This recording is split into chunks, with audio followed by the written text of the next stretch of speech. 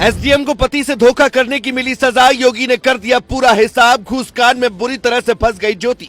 SDM ज्योति मौर्य पर लग गया सबसे बड़ा आरोप, पति ने पेश कर दिए सबूत, क्यों दिया धोखा, सब कुछ आ गया सामने। खुलकर सामने आ गए सारे राज, एसडीएम के पति का भी काला सच आ गया सामने, पुलिस भी हो गई हैरान, नया ऑडियो हो गया वायरल। 2017 में एक फिल्म आई थी शादी में जरूर आना, जिसमें बदला लेने के लिए राजकुमार राव डीएम बन जाते हैं। शादी के मंडप से उनकी दुल्हन एसडीएम बनने के लिए भाग जाती है, जिसके बाद बदला लेने के लिए ही राजकुमार राव डीएम बनते हैं। लेकिन किसने सोचा था कि जो फिल्म में हुआ वो सच हो जाएगा।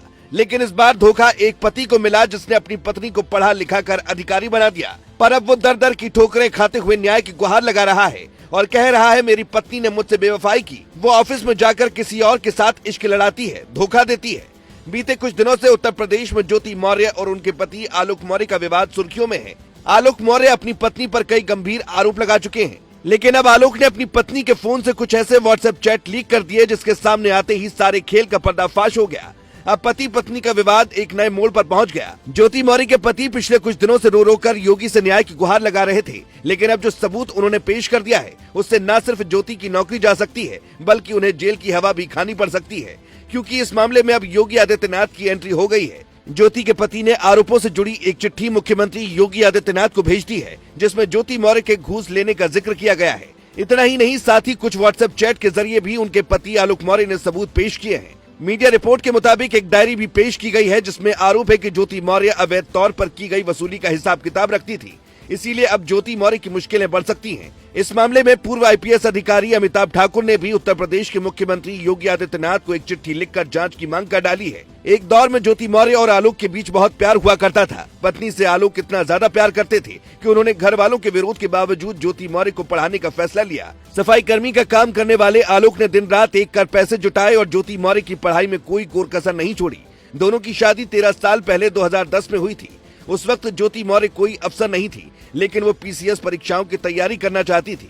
इसीलिए आलोक ने कर्ज लेकर ज्योति को परीक्षा की तैयारी करवाई। उनकी मेहनत सफल भी हुई और 2016 में ज्योति मौर्य ने पीसीएस का टेस्ट पास कर लिया और राज्य में 16वीं रैंक हासिल की। उन्हें एसडीएम के पद पर राज्य सरकार ने तैनात भी कर दिया। लेकिन आलोक का आरोप है कि एसडीएम बनने के बाद ज्योति के तेवर बदल गए। बताया गया कि धीरे धीरे वो आलोक से दूरी बनाने लगी और देर रात तक घर आती थी, जिसके बाद आलोक को शक हुआ और उन्होंने ज्योति पर नजर रखना शुरू किया। लेकिन इसके बाद हकीकत सामने आती चली गई। आलोक के मुताबिक उन्हें धोखा देते हुए ज्योति मनीष दुबे नाम के एक अधिकारी से प्यार करने लगी। इतना ही नहीं, आलोक ने ये भी आरोप लगाया कि ज्योति ने अपने प्रेमी के साथ अवैध संबंध भी बनाए।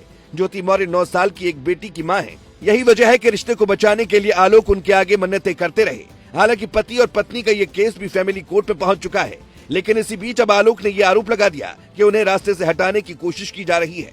आलोक मौर्य ने कहा कि मनीष दुबे ने उनकी पत्नी के साथ मिलकर उनकी हत्या की साजिश रची है, लेकिन उनके ऊपर लगातार लग रहे आरोपों से नाराज ज्योति मौर्य ने अपने पति पर भी केस दर्ज करवा दिया है। यानी जहां पहले ज्योति सफाई दे रही थी, वहीं अब उन्होंने भी बगावती तेवर दिखाते हुए आलोक के खिलाफ मोर्चा खोल दिया है। अब देखना होगा कि आलोक ने जो चिट्ठी योगी को लिखी है और ज्योति पर रिश्वत लेने का आरोप लगाया है, उसमें कितनी सच्चाई है और ज्योति को क्या सजा मिलेगी।